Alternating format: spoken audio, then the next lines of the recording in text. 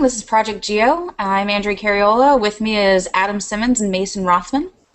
This week our topic is going to be weather and other natural disasters related to weather. Our agenda for tonight is going to be this week's news. Then we'll roll into our main topic and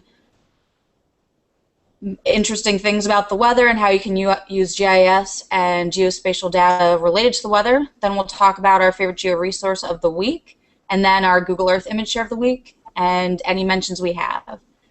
Which brings us to the news, starting with Adam. Yes, hi everybody. Okay, let's see. First up is Popular Science just released an article this week. New algorithm predicts your future movements within 65-foot accuracy. Well, a team of British scientists or researchers developed a new algorithm with an accuracy of predicting your movements within 24 hours, 20-meter accuracy or 65 feet. The algorithm won the Nokia's Mobile Data Challenge contest, and a lot of real-world implications to this, mainly tracking where you might want to eat for lunch, for example, based off a certain time of day, or even predicting crimes if applied to certain organizations. So it'll be interesting to see where this British team of researchers takes this algorithm and applies it elsewhere. Excellent, Adam. I'm going to go ahead and cover next a feature I had talked about before, and this is dealing with Craigslist, and this is breaking news with Craigslist. Craigslist is doing something a little bit shady, but at the same time they're trying to make their profit, you can understand. But Gizmodo broke this earlier this week, where now Craigslist basically is, instead of letting developers have access to the API of where certain people are posting their advertisements from, you're no longer allowed to do this, and they're using their own. And they're not using Google Maps or whatever, but they're using OpenStreetMaps, actually. So this is really, really interesting, and they're starting with the real estate side of it and moving from there. So if you're looking for places to live or places to buy, etc., they're doing that. So that's an article over at Gizmodo that I saw the other day, but it's another one of those things where they're starting to restrict data, etc., kind of like Twitter's doing these days, where Twitter is only allowing so many 100,000 calls a day, etc. So it's really interesting that some of these open companies that we all backed originally are starting now to harness in their data and saying, no, we're going to get this. But at the end of the day, who's behind it? Advertising dollars. Andrea? Okay, so in case any of you haven't noticed, there is Hurricane Isaac or Tropical Storm Isaac. It kind of goes back and forth. I think it's up to a Category 1 hurricane now, moving up through the Gulf of New Mexico. So one thing that is on some people's minds is New Orleans is preparing for the hurricane strike. It's the 7th anniversary of Katrina. So that's a big deal for that part of the country. They have been working for many years trying to rebuild and still not totally rebuilt. So are they ready for another hurricane at this point? Which leads us into our topic of the weather. Now, what does geospatial have to do with weather? Well, on the most basic level that pretty much everyone has seen, if anyone's seen a weatherman on a forecast with the green screen behind him, but of course you don't see a green screen, you see this great map with the hurricane and the weather movements, and that is all geospatial data showing us on the map. So that brings us into Adam talking about the weather underground. Yes, I love Wonder Map, which is Weather Underground, which unfortunately not too long ago it was purchased by, I believe it was the Weather Channel, if I remember correctly. I think you're but correct. Yep. I'm glad they have not changed anything to, at least much, the Wonder Map itself. It's probably the most, the feature I like the most. Let me do a quick screen share so you can talk about, show what I'm talking about. Excellent, track pretty much anything, even worldwide. Let's see here. Whoops, that is not it. Here we go. Here is the Wonder Map. So when you first pop in, it shows low pressure and all that crazy stuff. But you zoom out, you can quickly see a radar of storm activity. let me zoom over to our Hurricane Isaac area. Oh, look at that. We have all kinds of crazy stuff happening at the Your moment. screen exploded. I love it. Yeah. I need more data. I need more input. Yeah, let me turn a couple things off. So, tornadoes, hurricanes. There we go.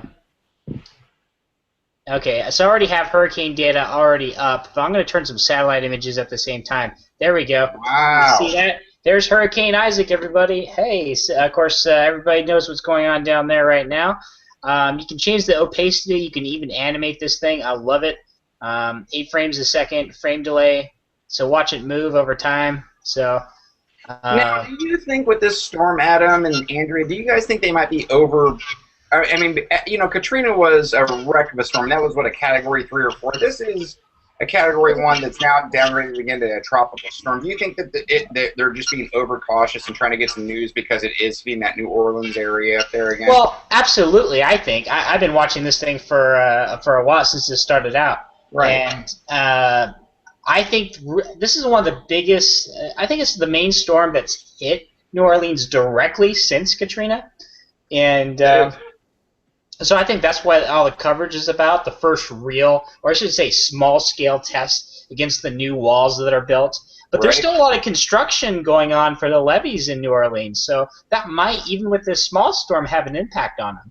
So now, let me ask another question. Do you think, remember during the first one that President Bush didn't react in a timely manner, and Kanye West got onto that fundraiser, and he said President Bush doesn't like black people. Do you think if President Obama doesn't respond, he will jump on there and say President Obama doesn't like black people?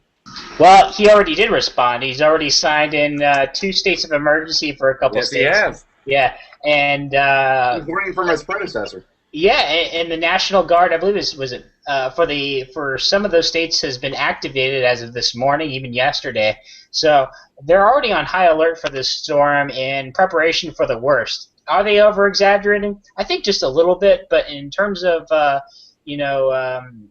politics, I mean, they're going to do the right thing. Politics, Adam. It's also. I think there's something really valid about the fact that the predecessor did not respond in a timely manner, so now the current president is responding. So that might go back to, do we think that this is kind of hyped up a lot more since it's only a Category 1 hurricane than maybe is realistic? And that could also be a factor, just because before it wasn't taken seriously and it was a huge disaster, so they want to make sure, they might be overcompensating a little bit.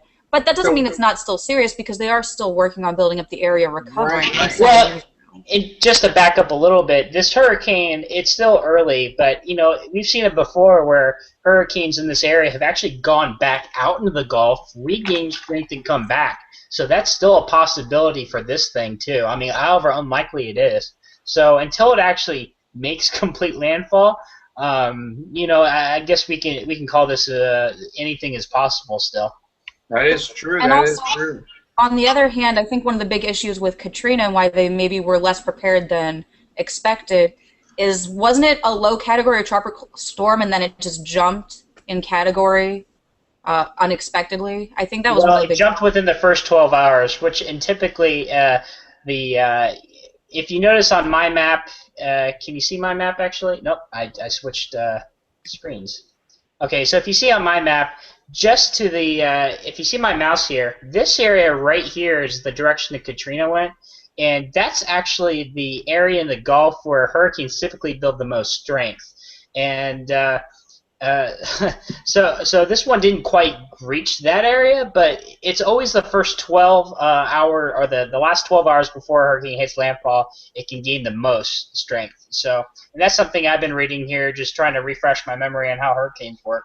So it's still, like I said, anything's possible at this point. But in terms of trends, other than Katrina, other than recent natural disasters, I would say, they could be still over-exaggerating this one a little bit. Without a doubt. Andrea, do you want to go ahead and carry on with the National Weather Service GIS data portal for the next topic?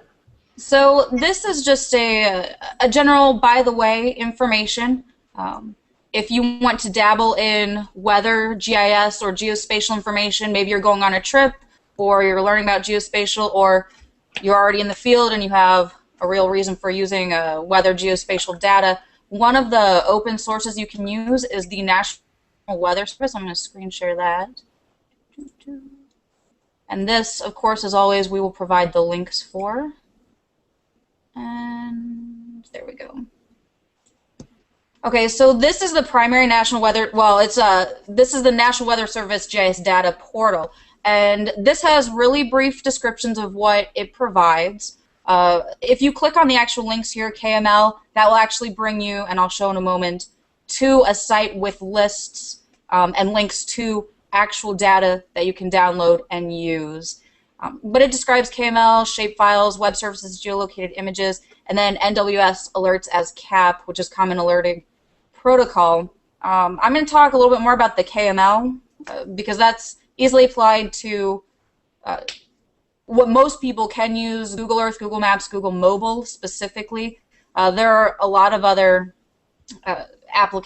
programs that can use KML, like ArcGIS, but Explorer, which is also open to anyone. You can download that as well. Let's take a look at the KML. Did it switch over? It did not. Hold on a second. Did that work? It's not switching. Oh, there we go. Okay, so this is, I just clicked on the KML KMZ formats link, and you can see, you can just select different kinds of data that you want to see. So down here you can see hurricanes, past Atlantic storm tracks, past East Central Pacific storm tracks. You can see historical and current data with this. So that's kind of neat if you're planning a trip, or you want to weather watch, not on the TV but on your computer through the NWS, or apply it to whatever products you're creating. So I just think that's nifty. That's available to everyone. And that's all I have for that. All right, well, I think it's I'm next with the next up. So just like related to what I just showed with Wonder Map, and we mentioned this a few episodes again with our humanitarian, but Google Crisis Map is back online with Hurricane Isaac. So do another quick screen share of this one. Turn it on real quick. Screen share. There we go. So here's the crisis event for Hurricane Isaac. So Wonder Map showed all of weather you might be interested in: tornadoes, hurricanes, etc. Google Crisis Maps revolves around the current event, current crisis that's going on right now. They have all kinds of options. Now, what I love about Google is they also have export options. So you can actually, if you don't like their current map right now, for most of the data in here, you can download KML for each one of these here on the right.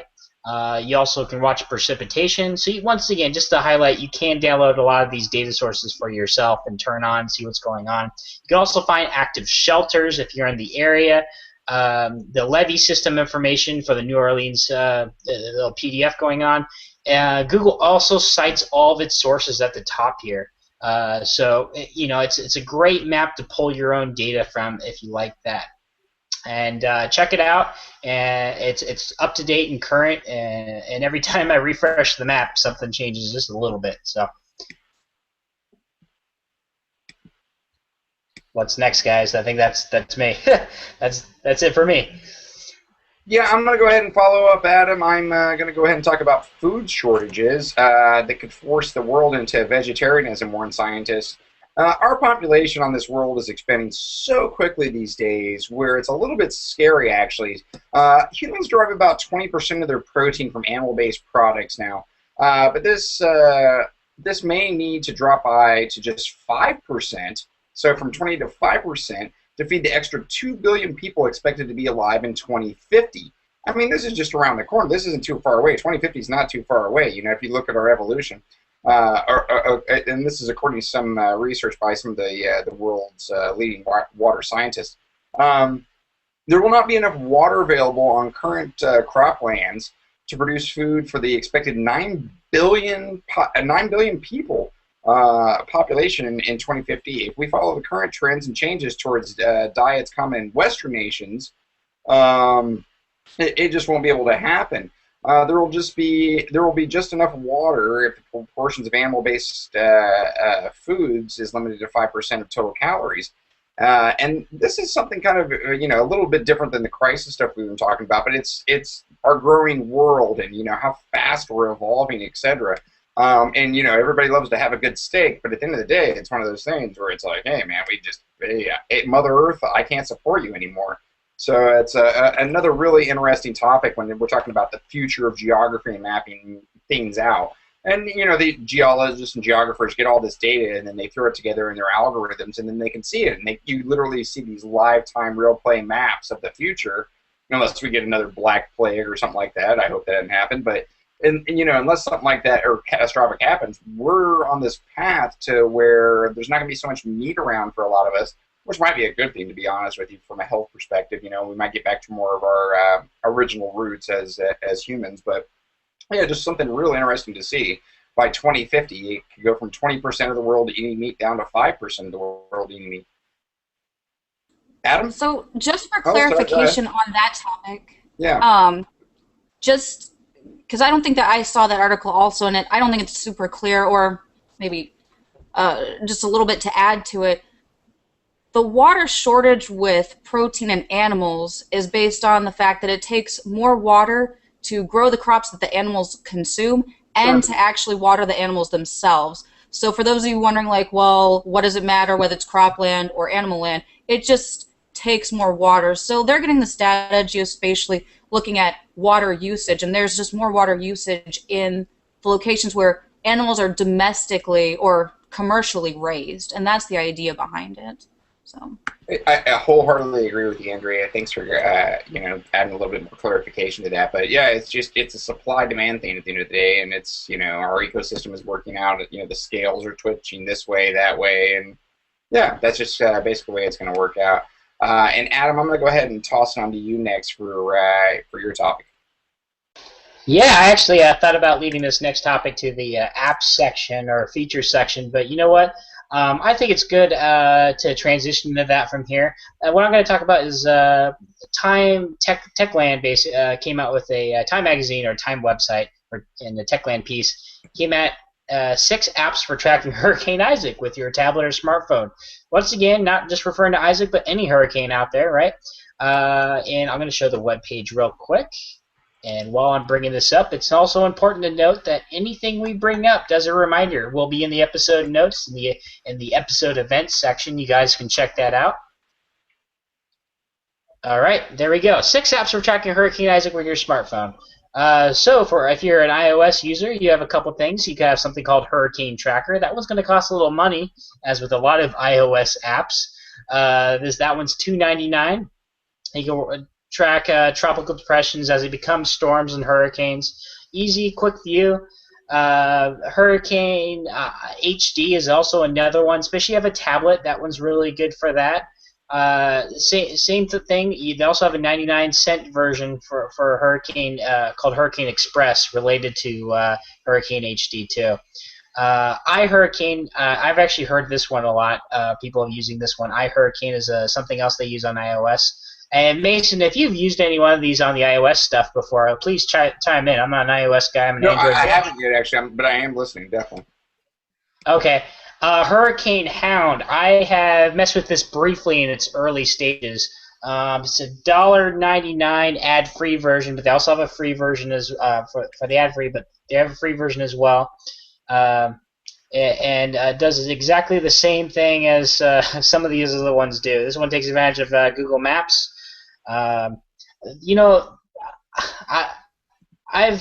had a couple things on my smartphone with weather in general, and Weather Channel and a couple other apps related to weather that people are most familiar with work for me, but hurricane-specific apps are great if you live down in that hurricane belt in the south. I think it's good to have something that tracks a hurricane specifically rather than having to filter through all these different weather areas. So, and especially the Hurricane American Red Cross Android iOS app. That one's, I think it's a must-have, especially if you're looking for shelters and your power's out, or actually, and especially if that app is not necessarily network reliant either. So there's a lot of tidbits to help you out. You need tips if you're off the network. So And also with technology and lifestyle changes, a lot of people aren't, watching cable anymore. They rely on satellite or their Google TV or their Xbox or Netflix to watch shows. So a lot of people aren't getting the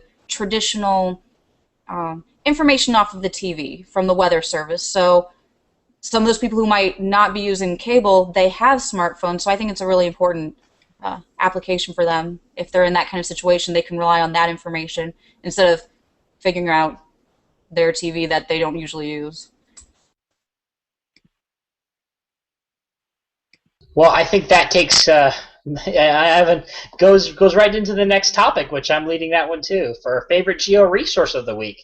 I'm starting out with the mapping visualization with IDV user experience. So I've indirectly posted stuff from this blog before, but I didn't realize how good it was until I started reading the blog directly. Let me give you a share real quick, once again.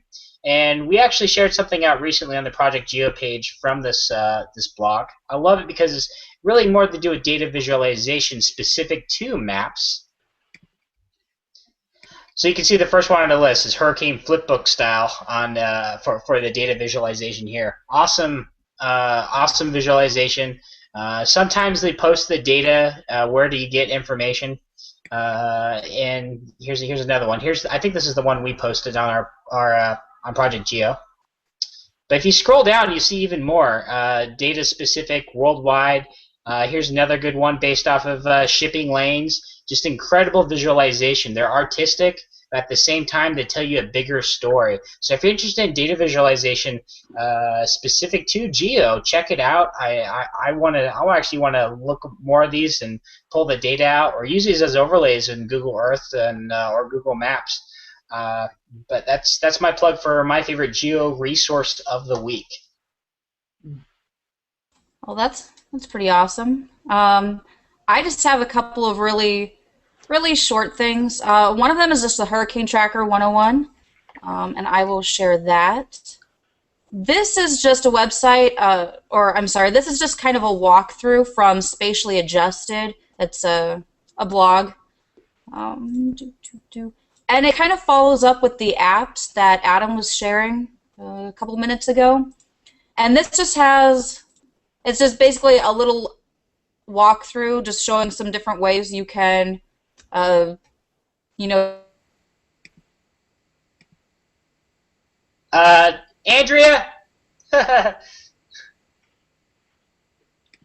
Hey, it looks like Andrea dropped out for a second. She might be back. It's no problem. It's no problem while she jumped out. Do you want to talk about anything else? You want to talk about the hurricane a little bit more or anything like that? Yeah. While she tries to rejoin the Hangout here in a second. Yeah, no problem.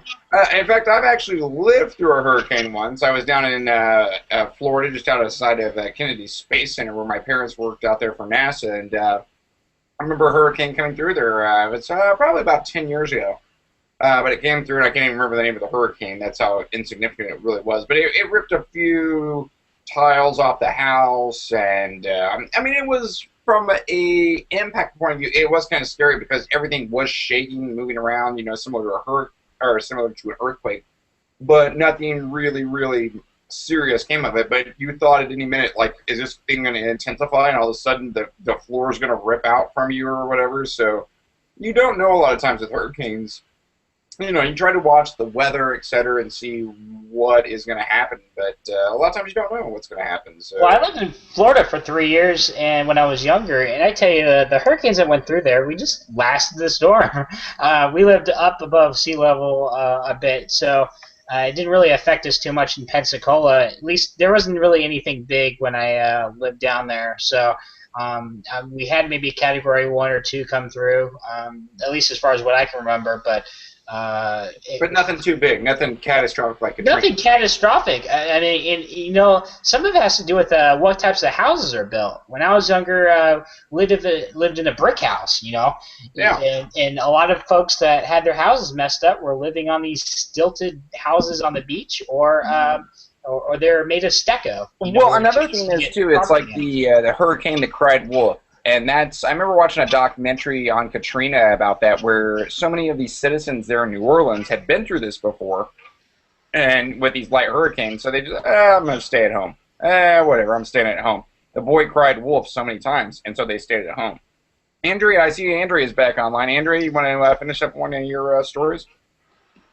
Yes, thank you. I'm not sure where I dropped, so forgive me if I repeat any information. I'm just gonna go back to the hurricane tracker 101. Did I get through with that? Yeah, you got that. You're on the next one. Oh, okay. All right. So this is just kind of a cool map that I found. I just thought it was nifty, so I wanted to share it with you all. And it is animated hurricane evacuation routes and contraflow map.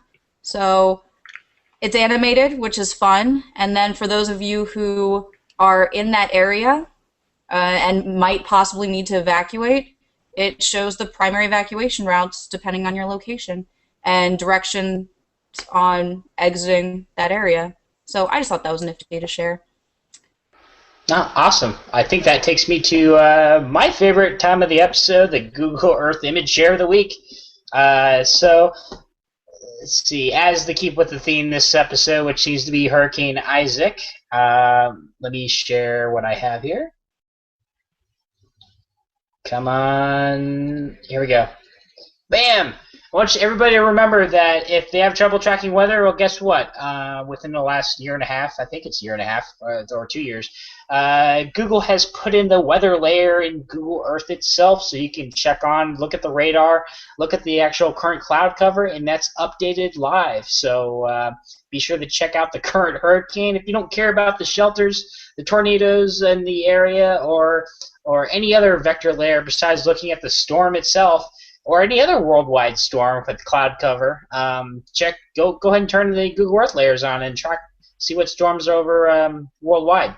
I will say sometimes the radar doesn't show up unless it's closer to the inland a little bit more. But overall, great resource. Check it out. And I think that takes us to any mentions. Anybody have any mentions for the week? I've got nothing. Nothing. I mean, I can do some shout outs. That blog that I mentioned, Spatially Adjusted, I get some of my information from them sometimes. They're pretty interesting.